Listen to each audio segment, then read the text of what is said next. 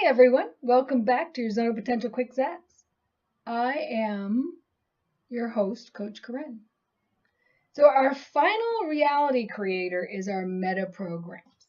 The others that we covered throughout the weeks are environment, language, attitude, values and beliefs, memories, and decisions.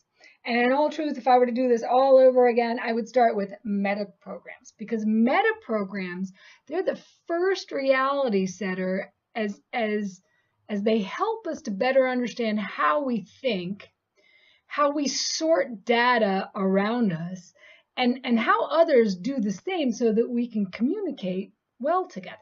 So as we set goals and as we identify our states of mind and determine what we want in order to control our environment, meta programs will tell us how we process that information so we can either continue to use that or make changes in our programs to receive the feedback that we desire. So I wanted to tell you about my website. It's being completely revamped. So if you need anything, just reach out to me, okay? Corinne.schultz@zoneofpotential.com. Would love to chat with you if nothing else. So give me a buzz. So what are these meta programs and why is it important to understand them? We have about 50 meta programs that have been studied thus far. In this piece, we're only going to cover about 7 of them. There's 7 basic overarching meta programs that we use as a frame of reference, and it triggers us to make our decisions. It's a way that we make our decisions. So I'm just going to kind of go through them here. We have toward or away. Do you move away from pain or do you move toward pleasure? For example, if you're trying to stop smoking, are you moving away from cigarettes and death, or are you moving toward a healthier life? There's no right or wrong. It's whatever works for you, right? External or internal frame of reference. Do you see yourself from your perspective or the perspective of others? For example, if you were complimented, did you already see that in yourself, or did you need to hear that from somebody else to accept it as your truth also? And the next one is sorting by yourself or sorting by others. So do you think about what's in it for you or what's in it for others? For example, if you're going shopping with a desire to purchase something for yourself, or do you choose them based on what you like, or do you wind up purchasing something based on what somebody else likes for you? So you're sorting it by others. The next one is matcher or mismatcher. Do you try to understand in order to find commonality or differences in things? For example, if you saw 2 pennies side by side, would you be looking at what's the same in them, or would you be recognizing what's different? Another one, and this one really relates to work quite often, is if you were participating in a meeting and would you be more likely have the tendency to be an advocate for an idea, or would you work as the devil's advocate and challenge the ideas? And, once again, it's not right or wrong. It's to unfold different thoughts, not necessarily to beat somebody up because they don't know. It's here's a different way of thinking about things. And then the next one is the convincer strategy. So here's a strategy that folks use. Now, a lot of salespeople use this because they like to mess with your senses, right? So which senses do you use to be convinced, and how many times do you need that stimuli before deciding? So for example, if you were to go out to purchase a car, you have that new car smell, etc., right? How do you go about doing it? Which of your 5 senses kicks in first? Is it the look of the car? Is it the feel of the car? And the touch? Which one stands out the most? And then which other ones fall in sequence after that? So it could be the look, it could be the way it smells, it could be the way it sounds, whatever it is. And then how many times do you have to go through in your head the sense-making process in order to be convinced that this is the car that you want to purchase. So that's the convincer strategy. How, of all your senses, what's your trigger? Majority of the times it's a feeling before you buy something, right? It's got to feel right. And then, but how often do you have to go through that cycle in order to get the feeling that will make you end up purchasing, in this case, the car? And then there's possibility and necessity. Do you decide on things as a necessity, or do you decide on things as a possibility? For example, if you were to purchase a car, once again, would it be out of necessity because your car is starting to die? Or would it be out of possibility because you can see that you can see the possibilities in improving your quality of life through a new car? So how do you, which one do you use, possibility or necessity, when you purchase things or do things? And then independent, cooperative, or proximity. So do you function best while by yourself, within groups, or in a space of other people? For example, how do you work out? How do you go to work out? How do you decide to work out? Some people prefer to work out alone. They just like focus. They like to be in there by themselves. They have their own home gyms, etc., etc. Some folks prefer to work out in groups because it energizes them. They're in with everybody else. They love that camaraderie and the togetherness, whatnot. And then the third one for proximity is those who like to go to the gym and work out where other people are doing the same thing. And I don't mean the same exercises. I mean everybody in there basically is working out. So that's proximity. So that's the independent, cooperative, and proximity. Those are the 7. Sometimes your meta programs will work for you, and sometimes they hinder your ability to achieve what you want. So under stressful situations, we tend to revert to our learned habits. Remember, these are meta programs. These are programmed inside of you of how you make those decisions and how you respond to events. And these habits, because they're habits, programs are habits, right? You can change them, whether through some type of significant event or continuously deciding to. So in other words, breaking that habit by doing something else.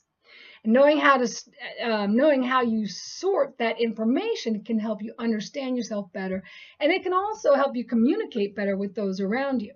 Sometimes when communications are in conflict with others, or with your desired outcome, it's often because our meta programs are not in sync. People use a blend of meta programs for different situations. So to better understand and create a more solid relationship, you need to identify how they process that information and determine how you can adapt, and not to change you, but to get the feedback you desire.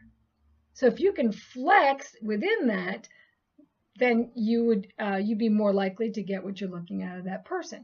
The better you know yourself, the better you can control your thoughts and decision processes to ensure that you head in the desired direction, whether it's toward, away, whether how you convince yourself, etc. So like I said earlier, there are 2 ways to alter your meta programs: through an event that's extremely emotional and impacting, or through a conscious choice. So let's say something that's extremely impacting, emotionally impacting. If I were to be nabbed for drunk driving and thrown in jail, and that was devastating to me, right? Going to jail was devastating to me. Before I drive again after drinking, that would trigger an emotion and hopefully steer me away from drinking and driving, because my thought process would be different. Before, there'd be an alarm coming off, just like when the cops go to pull you over. You know you were doing something, or maybe you weren't doing something, but it becomes an alarm inside your body, and your heart rate starts going up, etc. So that's an identifier, right? And depending on what happens when the policeman comes and talks to you, that can determine how you respond to them in the future. So there's a lot of things going on there, right? So what are your meta programs, and are they always the same? So keep in mind, it really depends on how much you were impacted by what had just happened, whether it'll trigger a response to change. So transformation before devastation. I say that quite a bit. That's before you become devastated in this, choose to transform. And so then the question then is, how do you do that? So that is where you change your habits. So, for example, if you were ever, something simple, scratched by a cat, that hurts, right? And you start to bleed and whatnot. It may be a traumatic experience for you. That stuff hurts, and cats can be pretty vicious, right? So you may have grown afraid of cats because you know they may bite you too. They hurt. They can be aggressive animals. If you are beyond that, if you're over that and you don't want to be afraid of cats anymore, you need to question your meta programs on whether you should be afraid of cats or not. For example, if it's something that you're telling yourself or others are telling you, is it still true for you, and because of what? Why is it still true for you that all cats are aggressive? Are you continuing to be afraid for yourself, or do cats around others bother you also? So is it just for you, or are you looking at others too and you see that and you're like, oh, that cat's going to attack you? Are you grouping all cats as dangerous, or can you realize something different? Some cats are different and friendly. Are they all just mean and nasty, right? If you decide to be unafraid, what would it look like, sound like, and feel like? And how many times would you have to try to be around cats to be convinced that cats have different temperaments and many are friendly? Once again, it depends on if you want to like cats or not be afraid of cats anymore, right? Is it a necessity to continue to be afraid of cats? Or if you decide to try and enjoy cats, what possibilities exist then? So if you just, let's just say, I don't have to be afraid of cats anymore. And since I've chosen to not be afraid of cats anymore, I've programmed that in my head, I can now go to people's houses and not be afraid of when a cat comes and sits next to me, jumps in my lap, whatever the case may be.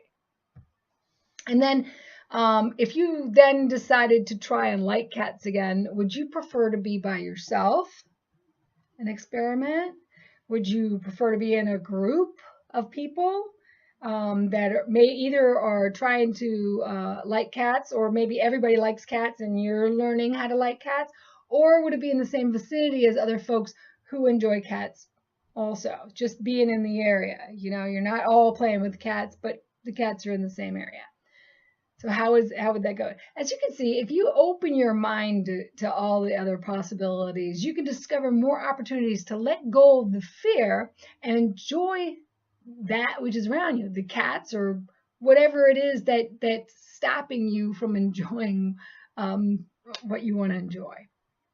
Phobias are quite difficult to break, but you can experience different things if you choose to let them go.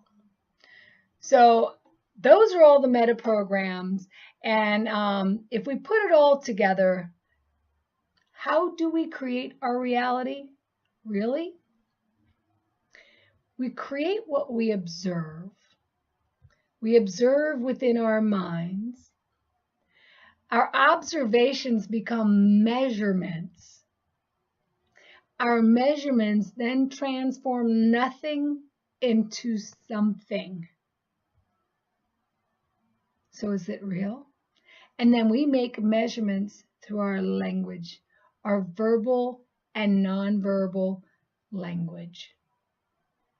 That's how we create our reality. Is what you fear still something that you need to fear? And how do you process that information to determine what's best for you and what's best for all? So once again, thanks for joining me. My wish for you is to release all those fears that don't support you and what you want to do, so you can experience the grandest of success at work, in partnership, in love, and in yourself, in your zone of potential. Thanks. See ya.